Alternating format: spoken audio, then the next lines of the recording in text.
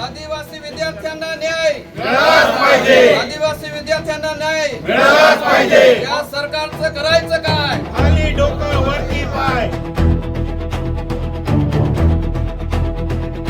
आदिवासी विद्यार्थ्यांवरील निर्बंधांचा शासन निर्णय रद्द करण्याची मागणी.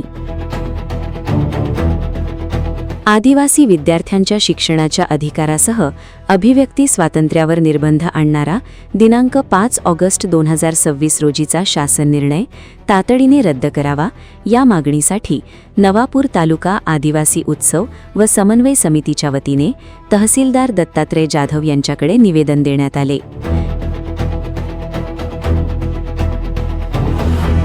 हे निवेदन मुख्यमंत्री देवेंद्र फडणवीस यांच्यापर्यंत पाठवण्याची मागणी करण्यात आली. यावेळी सरकारविरोधात जोरदार घोषणाबाजी करण्यात आली. निवेदनात आदिवासी वसतिगृहातील प्रवेशासाठीची वयोमर्यादा पूर्णपणे रद्द करावी, MPSC व उच्च शिक्षण घेणाऱ्या विद्यार्थ्यांना वयोमर्यादेत सवलत द्यावी, वसतिगृहातील विद्यार्थ्यांच्या आंदोलन, संघटन, उपोषण व माध्यमांशी संवाद साधण्याच्या अधिकारांवरील निर्बंध हटवावेत अशी मागणी करण्यात आली. तसेच स्थानिक जिल्ह्यातील विद्यार्थ्यांसाठी 70% व इतर जिल्ह्यांसाठी 30% जागांचे प्रमाण बदलावे, पार्ट टाइम नोकरीवरील बंदी हटवावी आणि DBTची रक्कम वेळेवर मिळावी अशीही मागणी करण्यात आली. आदिवासी विद्यार्थ्यांच्या मूलभूत शिक्षणाच्या अधिकारांसह संविधानिक हक्कांचे संरक्षण करावे आणि संबंधित शासन निर्णय तातडीने रद्द करून विद्यार्थ्यांना न्याय द्यावा अशी मागणी समितीने केली.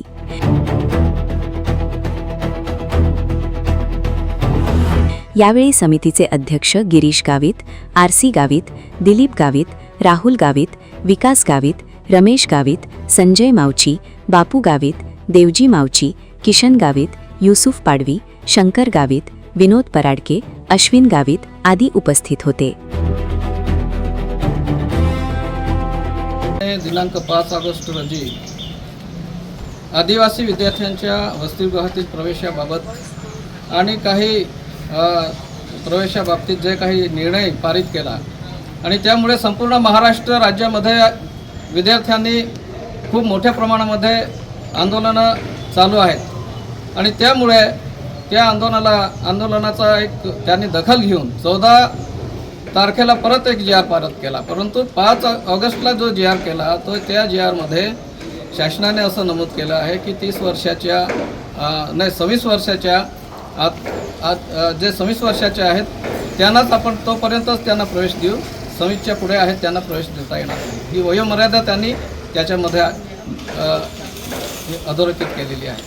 आणि त्यानंतर 14 ऑगस्टला जो GR निघाला त्या GRमध्ये त्यांनी 30 वर्षाची वयोमर्यादा केली. परंतु विद्यार्थ्यांची मागणी अशी आहे की वसतिगृहामध्ये शिक्षण घेत असताना वयाची अट ही लागू करण्यात येऊ नये अशी मागणी प्रामुख्याने शासनाकडे विद्यार्थ्यांनी केलेली आहे. परंतु शासन त्याकडे दुर्लक्ष करीत आहे. या महाराष्ट्र राज्यामध्ये आदिवासींनी शिक्षण घेऊ नये आणि अजूनही गुलामगिरीकडेच जावं ही अशी भूमिका आज सरकार घेत आहे.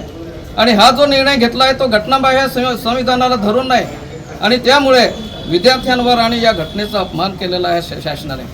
आणि म्हणून आम्ही सर्वप्रथम आधी सांगत होतो की हा निष्क्रिय जो आदिवासी विकास मंत्री आहे सन्माननीय विखे साहेब यांनी राजीनामा दिला पाहिजे. त्यांना आदिवासीचं शिक्षण नको आहे का? आदिवासींना उच्च शिक्षण घेऊ नये का? आणि त्यांची वयोमर्यादेची अट घालता तुम्ही, किती लाजिरवाणी गोष्ट आहे.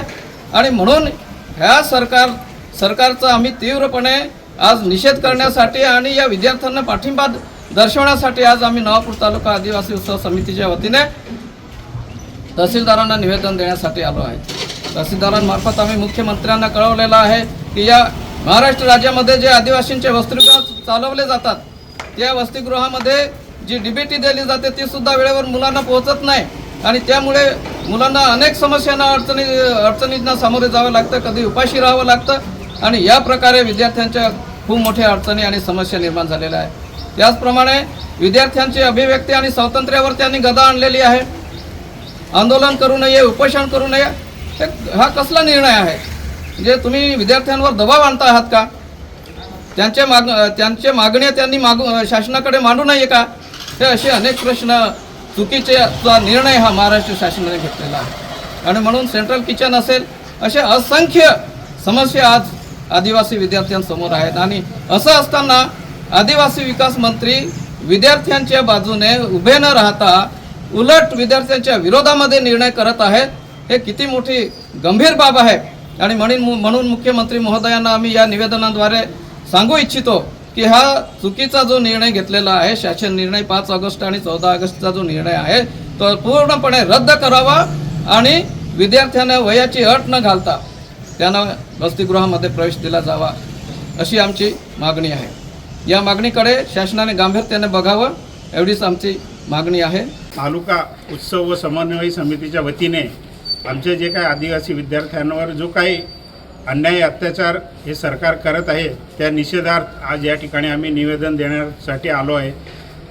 5 ऑगस्ट 2026चा जो काही GR शासनाने काढला आहे तो शासनाने तो GR रद्द करावा आणि जे सेंट्रल किचन वगैरे आहे ते सगळं बंद करावं व आमच्या विद्यार्थ्यांवर जो काही अन्याय अत्याचार करत आहे तो शासनाने थांबवावा, अन्यथा यानंतर आम्ही या ठिकाणी तीव्र आंदोलन करू जेणेकरून आमच्या आदिवासी विद्यार्थ्यांचं हे सरकार नुकसान करत आहे ते नुकसान न करता आमच्या विद्यार्थ्यांनी पुढे जावं, चांगलं शिक्षण घ्यावं यासाठी आम्ही या ठिकाणी आज निवेदन देण्यासाठी आलो आहेत समन्वय समितीच्या वतीने, उत्सव समितीच्या वतीने।